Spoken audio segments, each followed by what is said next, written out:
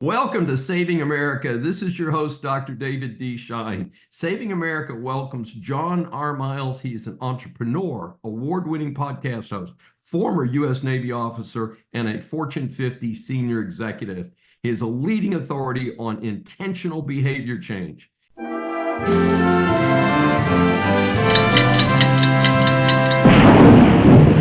He is the author of Passion Struck, 12 Powerful Principles to Unlock Your Purpose and Ignite Your Most Intentional Life.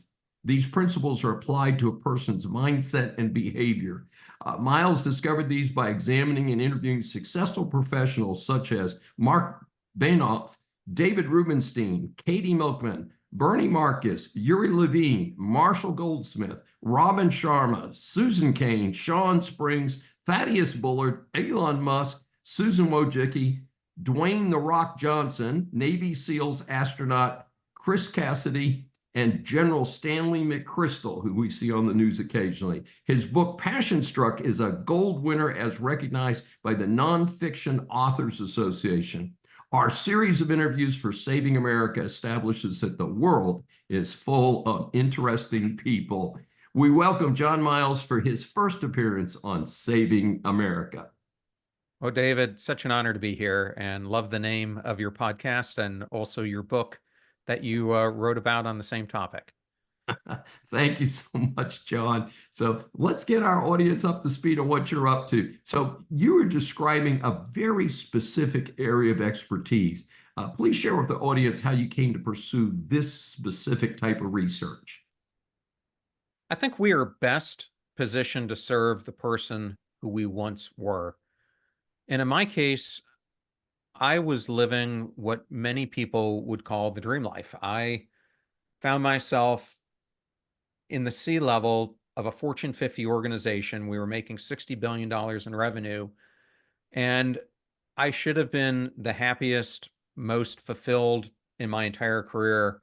And I felt just the opposite, completely lost, out of control in many ways with the way my life was going from a personal perspective, because I was living it in a very unbalanced way. And I was so much consumed with my career that I was letting, in retrospect, the most important elements of my life, my health, my mental health, my relationships, etc., take second fiddle to this all-encompassing growth track that I found myself on. And I don't think I'm immune to the fact of this happening. I think so many people live life today as I was, which Henry David Thoreau coined as quiet desperation, where we find ourselves stuck in this spot where we're living the life we feel we should be living and not the ideal life that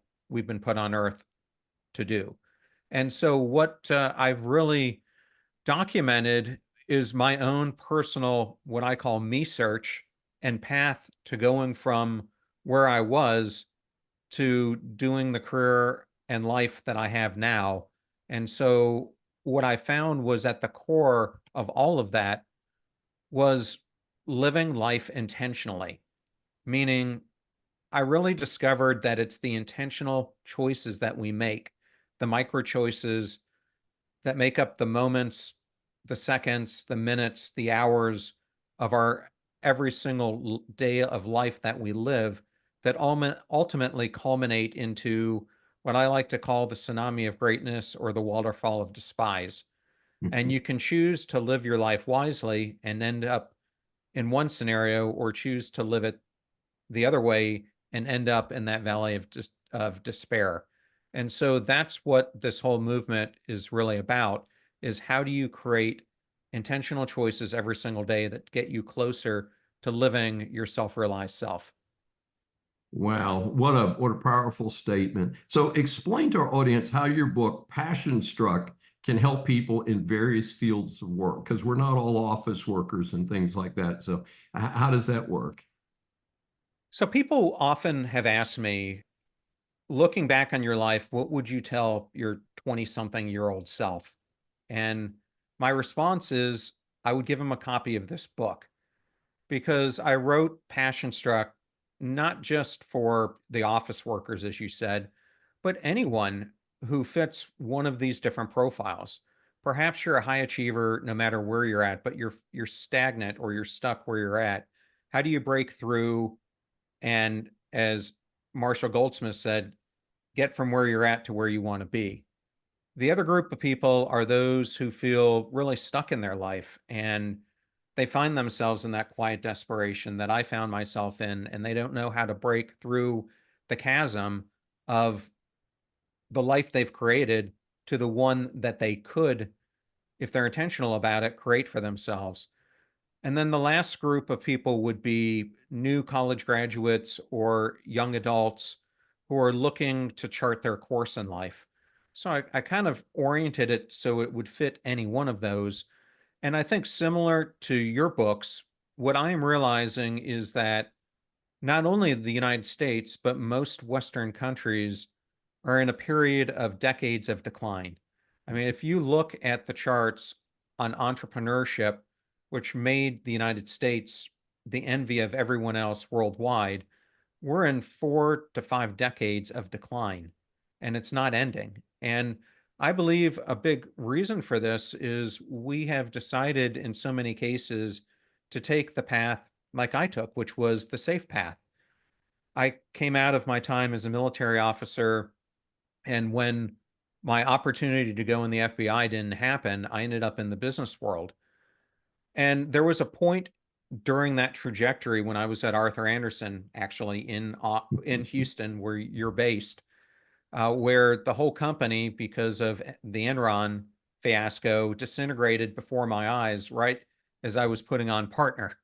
So the timing couldn't have been any worse. And I had a chance at that point to go down the entrepreneurial route myself. But I think I was conditioned to kind of see that the way that my life was going was to work for a company, work my way up, do the classical type of job structure that my father did. And I think a lot of people are entrapped in that thinking and not thinking of how your life could be different.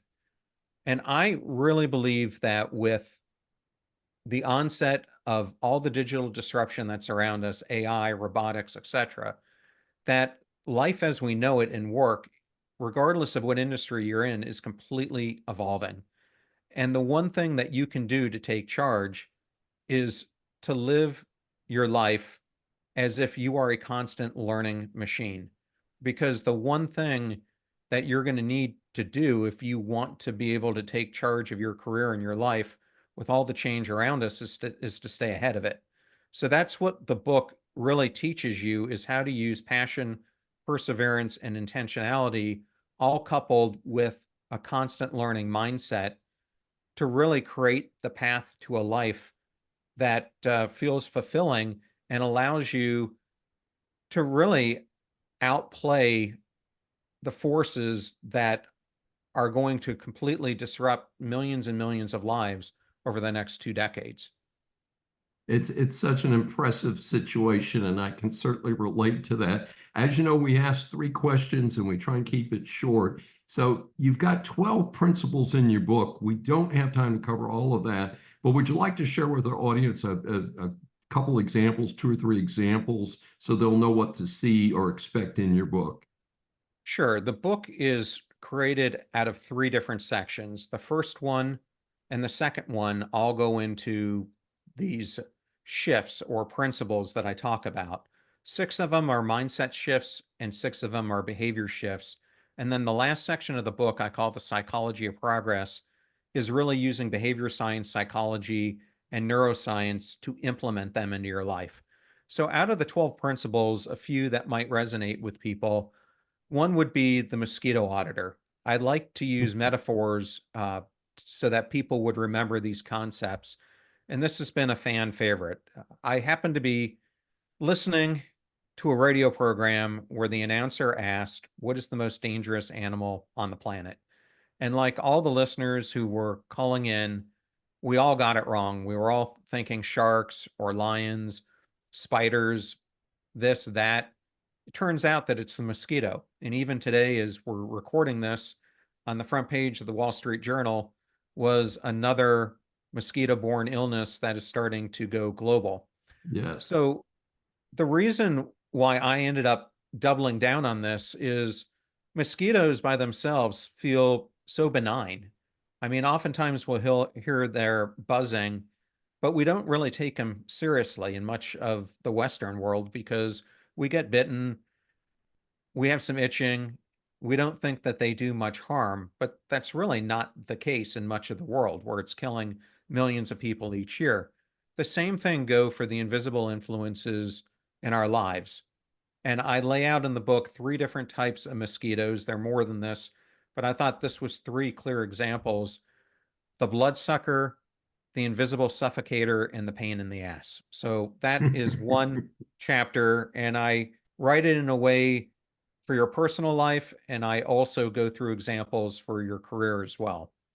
I think in the second section where I go into the behavioral shifts, there are a number here that are really important, but I'll go to the last one. I wrote this chapter on the concept of being a conscious engager. And I was really exploring here all the distractions in life that are keeping us from becoming the best person that we can become. And people often say, you know, John, you're living your life on autopilot. And I think it's the wrong analogy because on autopilot, at least the plane is going in typically a positive direction. I think the better analogy that I explore is that we're living our lives more like we're pinballs, aimlessly drifting through the game of pinball, not controlling the pinball, but letting the game play us. And I think it's a great analogy for how so many of us live our lives. And in this chapter, I really explore the wisdom of Stephen Covey, specifically his adage that the main thing about the main thing is keeping the main thing the main thing.